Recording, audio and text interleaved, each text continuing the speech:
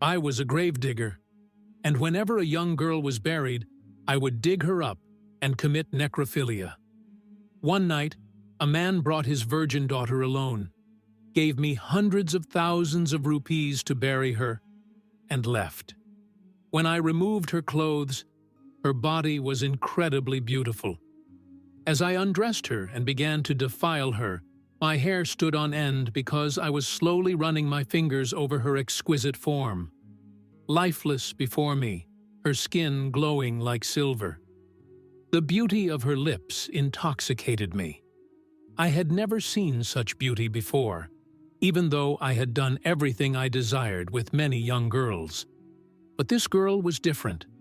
Not only beautiful, but with an innocence on her face that left me stunned.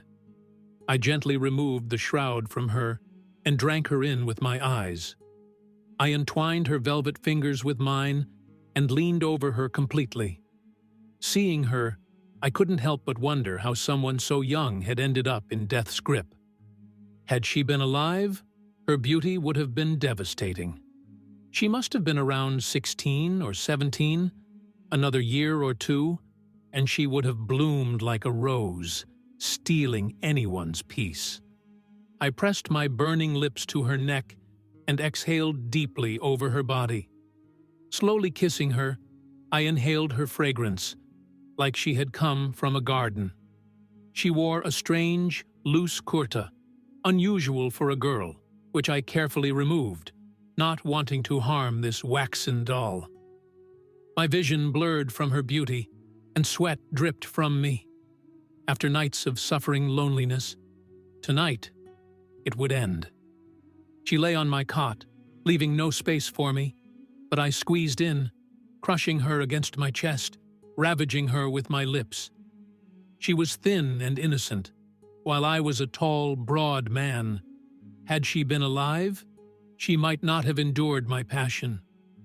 My small quarters would have echoed with her screams from my grip. Restlessness grew within me with each passing moment, and though I tried to quench my thirst with my lips, my patience soon snapped. I flung the shroud aside and stripped away the last of her clothes. Her naked beauty lay before me, and I lost all control. Normally, I was satisfied with defiling lifeless virgins, but her death only intensified my craving. I wished she would reciprocate my passion, even shaking her, knowing she was dead. Then, just as I was about to fulfill my desire completely, my hair stood on end. My name was Kushbakt, but I was an unlucky man. I never achieved anything in life, always bearing the brunt of my parents' taunts. They wanted me to study and succeed, but my mind wasn't cut out for academics, perhaps because of my home environment. My parents constantly fought. My father was a grave digger and wanted us to live peacefully in the cemetery's free quarters, where I could also get a good education. But my mother feared living there and insisted on returning to the village, leading to endless arguments. My father's stubbornness and anger forced her to submit, but she took her frustration out on me with beatings. Though she was my real mother, she bruised me black and blue. She blamed me for her trapped life, while my father resented village life and wanted me to study so we could settle in the city permanently. But I failed repeatedly, earning my father's wrath, and a strange hatred festered in me. Every smiling face seemed poisonous, and I found solace only within the cemetery's walls. By 18, my father realized I wouldn't be his hope for the future. He had dreamed of me becoming an officer, but now it seemed impossible. So one day, my father said, "I'm retiring. I've grown old and can't do this hard labor anymore. If you don't want to do anything else, then take over my job." Hearing this, my mother was furious.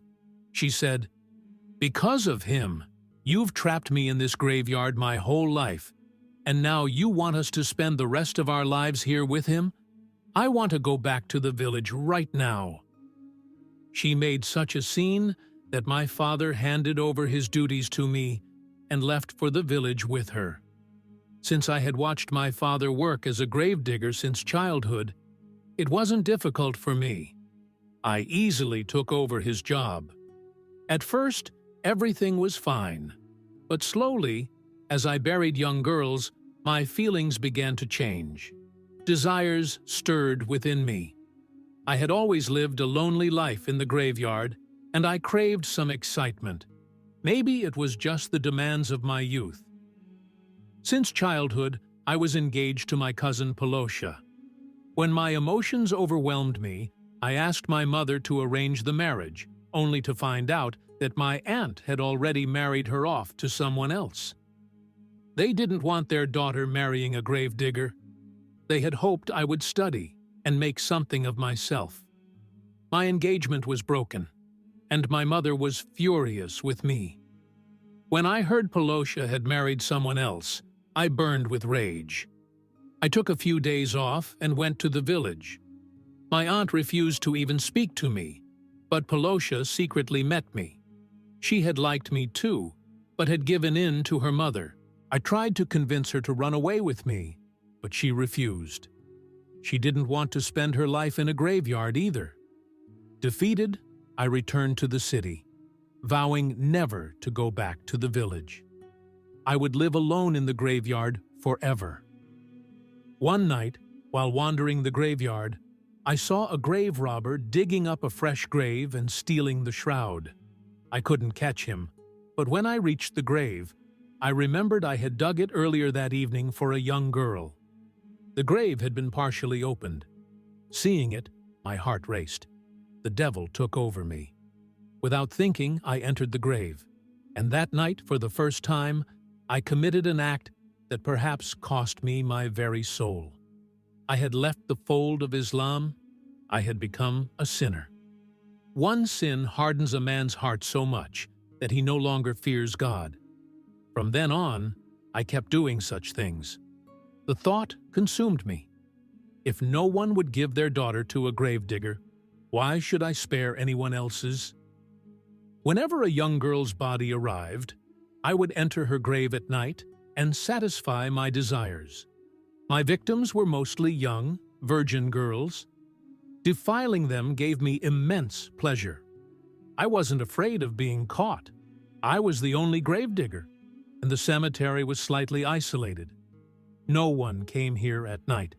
Tonight was another such night. It was cold, around 2 a.m., and I tossed restlessly on my cot. Winter nights alone felt like lying on thorns. No young girl's body had arrived in over a week, and my frustration kept me awake. The fire inside me made my breaths heavy. Once addicted to sin, it's impossible to live without it. And I was addicted. I was furious that no young girl had died recently. If I could, I would have used an older one, but I only wanted fresh corpses. Just as I struggled with my urges, someone banged loudly on my door. Since I lived in a corner of the graveyard, anyone who came at this hour came straight to me. When the knocking repeated, I quickly opened the door. A man stood there, his face filled with distress, cradling a shrouded figure in his arms. He asked to come in, and I couldn't refuse. He placed the wrapped body on my cot, completely covered. I stared in confusion. I could tell it was a girl, but why was she wrapped like this? The man pulled out a wad of cash and placed it in my hand. "I don't have much time," he said. "I have to go to another city. Arrange her burial." My eyes widened at the money. It was at least 100,000 rupees, enough to fulfill many of my desires. I quickly grabbed the money and, burning with curiosity, asked him, "Who is this, and how did she die?" That man looked at me with strange eyes and said, "I'm giving you so much money. Then what's your problem? Just bury her. She's my virgin daughter. This was all the life written for her. I have a foreign flight. There's no one before or after. She was my only daughter. She too has left this world now. What will I do by staying here?" I'm entrusting you with the responsibility of her burial." And then he quickly left the girl's corpse on my cot, which wasn't even in a shroud, but wrapped in a household sheet. At the back, I had already dug some graves, because sometimes bodies would arrive at night. So burying this girl wasn't difficult for me, except that before that, I wanted to see her face. Hearing the words "virgin daughter" had reignited a fire in my heart. I was happy thinking that this time, to fulfill my desire, I wouldn't have to descend into any grave. But this girl herself was present on my cot, and there was no one to stop me. After a whole week, some girl had become available to me. As soon as that man left, I properly closed the quarters door and slowly removed the sheet from the girl's face. As soon as my eyes fell on her face, I forgot to blink. She was so beautiful that it became difficult to look away from her. I started losing control over myself. I slowly bent down and kissed her lips. This action of mine took my restlessness to its peak. I slowly started running my fingers from her face to her neck. I could feel that she was a very soft and delicate girl whose death probably hadn't occurred long ago because her body was still completely soft. Her body was absolutely clean. There was no mark of any kind visible, nor did she look sick from her face. Who knows what was the reason behind her death? At that time, I had no interest in knowing that reason. I was completely shaking her so that she could cool my emotions, but she was a lifeless girl. She couldn't do anything for me. I had to extinguish my own fire. As I was crossing all my limits and was about to attempt Xena with her, the ground slipped from under my feet and I stepped back in fear. In a moment, throwing the sheet over her body, I came out of the quarter. My breath was running like bellows. For how long I stood outside the quarter in disarray. Then, when I regained some senses, I went inside again, and the scene inside took my life away. Who was that girl? Why was she brought here? Who was the one who brought her? These were the questions that had now become necessary for me to know. She was sitting on the cot in front of me. She was wearing that same loose kurta, had wrapped the sheet around herself, and was crying bitterly. Seeing me, she started screaming. Thank God this was a deserted place, and there was no one to come hearing her screams. With great difficulty I made her quiet, and told her how she had been brought here. And then, when I started questioning her, she revealed a truth that made my hair stand on end. The girl's name was Neelam, and she belonged to a very pious and noble family. She told me that she was a Hafiz-e-Quran, and to improve her household conditions, she used to teach Quran to other people's children. Mostly, she would go to teach in big bungalows so that she could get appropriate remuneration and her household could run. Her mother was a widow. There were small siblings, she being the eldest sister, so she had to manage her household. She took the responsibility of her deceased father on her shoulders and started supporting her siblings. Some time ago, she got work to teach Arabic to children of a very rich person, so she happily started doing this work. She would go to that house in complete purdah and sit alone to teach the children surahs. This work didn't seem very difficult to her, and moreover, she was getting quite good remuneration from that house, so she was very happy with her work. But slowly, she realized that the father of those children would roam around the room where she taught the children on some pretext or other. She would cover her face, sometimes wear a niqab or put on a mask, but on some excuse the children's father would boldly enter and have a look at her before leaving. She tried many times to talk to the mother of those children, but they were high society people in whose eyes girls like Neelam were considered outdated and old-fashioned. The mother of those children never even tried to believe that her husband had started having evil intentions towards Neelam. One day, when she went inside to teach the children, A maid made her sit in the room, but the children weren't in the room. After sitting for some time, she realized that there was silence in the house. She couldn't hear the noise of children, nor had they come to the room to study. But when she felt something unusual, she tried to leave the room, but the father of those children suddenly entered and closed the room's door. Neelam had understood what kind of flaw was in his nature, but before she could make noise or create a scene, he overpowered her and put his hand on her mouth. Neelam's voice died in her throat. He dragged Neelam from that room to his bedroom. At that time, no servant was present in the house. The maid who had made her sit in the room had also gone somewhere. That man threw Neelam on his bed and poured a jug full of water on her. Neelam had removed her burqa. She was dressed in white shalwar kameez. As the water fell, her body became transparent, and her beauty started becoming prominent. That man attacked Neelam with great desperation. To save herself from him, Neelam got up from the bed and ran, but some water had also fallen on the marble, due to which she slipped and fell in such a way that she became unconscious. After that, she didn't remember anything, and now, when she regained consciousness, she was present in my quarter in naked condition. And saying this, she started crying bitterly. I told her that the man who brought her here had left her here, saying she was dead, and had given money for her burial. I told her that when she came here, her honor was completely safe. There was no scratch on her body, and if anyone had tried to harm her honor, it was me.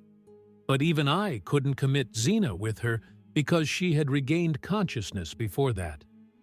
Seeing her crying, I don't know why I was feeling so much pain. I folded my hands and begged for her forgiveness and took the responsibility of taking her home on my shoulders. She was worried, and it was already midnight. She was troubled by thoughts of her widowed mother, so I took her to her home at that very hour. Her mother was really very worried.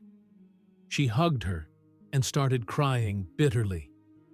Neelam's honor wasn't completely ruined, but somewhere I had laid hands on her, so I proposed to her for marriage and told her that I was a gravedigger and also confessed my past sins.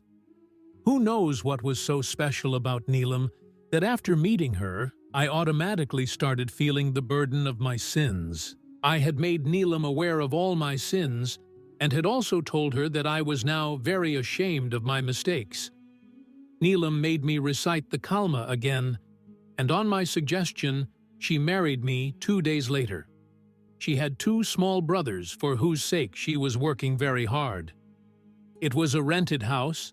I brought her family members to my quarter too, and took their needs as my responsibility. Neelam had deep understanding of religion. Slowly, she started guiding me about every matter. I had great remorse for every sin. I started shedding tears of regret over my sins daily. About 2 months had passed since this matter, when one day a dead body was brought to the graveyard. I had already prepared the grave, and was standing for burial procedures when my eyes fell on that face whose entire body was burnt and charred. The lips were completely black. Only the face was intact. I could recognize that face among millions because it was the same man who had brought Neelam. And then, when I inquired, I found out that the man had died by burning terribly. People were saying in hushed words that whoever plays with others' honor meets such an end. When I inquired further, I found out that he used to exploit poor girls and was involved in bad company, and his car met with an accident in such a way that he was completely burnt. Only his face remained. No other part of his body was left unburnt. The hands, the organs with which he attempted zina, even his lips were burnt to ashes. Allah had kept his face intact so that I could see his end and learn further lesson. After burying him, I kept crying all the time and kept begging Allah for forgiveness. Even today my heart finds no peace, and I fear that my end might also be like this, but my wife consoles me that I have repented, and Allah is the acceptor of repentance. Do you people think that a sinful person like me can be forgiven